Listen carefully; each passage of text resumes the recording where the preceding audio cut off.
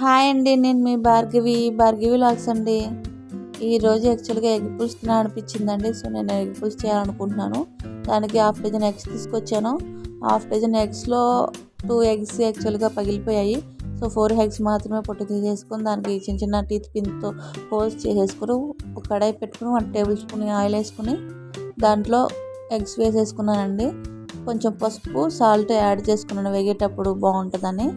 So taste బాగా వస్తుందని చెప్పేసి అది బాగా వేగేసాక ఒక ప్లేట్ తీసేసుకొని దాంట్లో సైడ్ తీసి పెట్టుకున్నానండి. ఈ రకంగా ఉంటే చాలు, మరి ఓవర్గా వేయక్కర్లేదు. వేయించాలనుకుంటే ఓవర్గా కూడా ఎక్కువ అంటే కొంచెం ఇంకా బ్రౌన్ కలర్లో వేయించుకోవాలనుకుంటే వేయించుకోవచ్చు. నాకు ఇలా ఉండాలనుకున్నాను ఈసారి అయితే మాత్రం.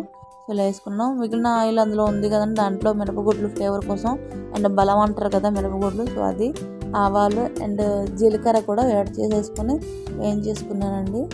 సో పెద్ద సైజు 3 ఉల్లిపాయలు కట్ చేసుకొని పచ్చిమిరపకాయలు ఒక 4-5 తీసుకొని కట్ చేసి రెడీ పెట్టుకున్నాను. అవి కాస్త అదే ఆయిల్లో వేసేసుకున్నానండి. అది బాగా వేగే వరకు కలుపుతూనే ఉన్నాను. తర్వాత కొంచెం దాంట్లో పసుపు అండ్ త్వరగా వేగాలంటే పసుపు అండ్ సాల్ట్ వేసి త్వరగా వేగుతాయి, బాగా టేస్ట్ కూడా వస్తుందని చెప్తారు. సో అందుకని నేను అలాగే చేశాను.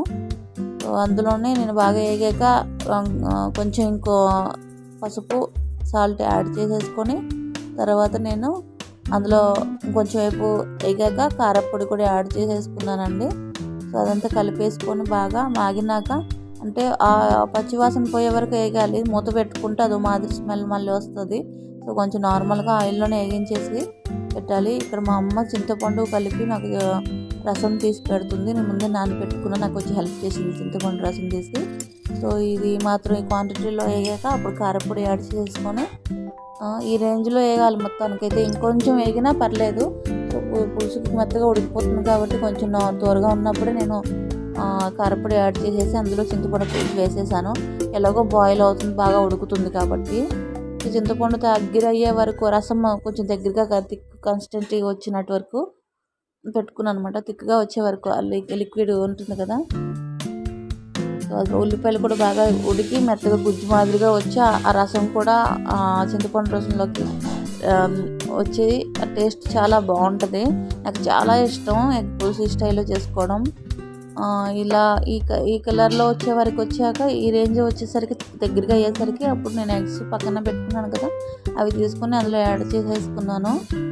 ఎగ్ పులుసు అంటే నాకు ఎక్కువ రెగ్యులర్గా చేసుకుంటూ ఉంటుంటాను. ఎప్పుడు ఎగ్ పులుసు తినాలనిపించినప్పుడల్లా టక్క చేసేసుకోవడమే ఇది. ఈ 4 ఎగ్స్ అందులో వేయించి పక్క పెట్టుకున్నా కదా, ఇందులో వేసేసుకున్నాను అనమాట. కొంచెంసేపు ఎక్కువసేపు కూడా కాదు. సో ఇది వేసేసి బాగా కలిపేసుకొని మూత పెట్టుకోవాలి కొంచెంసేపు, ఎందుకంటే ఈ రసం ఉప్పు అనేది కొంచెం ఎగ్స్లో చిన్న చిన్న హోల్స్ పెట్టాం కదా, అందులోపలికి వెళ్తే ఇంకా టేస్ట్ చాలా బాగుంటుంది. నాకు కొంతమంది యాడ్ చేయాలనుకుంటే బెల్లం యాడ్ చేసుకుంటా అనుకుంటారు. నేనైతే సమ్టైమ్స్ యాడ్ చేసుకుంటాను, సమ్టైమ్స్ చేసుకుని. ఈసారి మా మదర్కి పెట్టాలనుకున్నాను కాబట్టి నేను యాక్చువల్గా తనకి స్వీట్ పెట్టకూడదు అనుకున్నాను, అందుకే బెల్లం వేయలేదు. సింపుల్గా కొత్తిమీరతో సర్వ్ చేసుకున్నాను.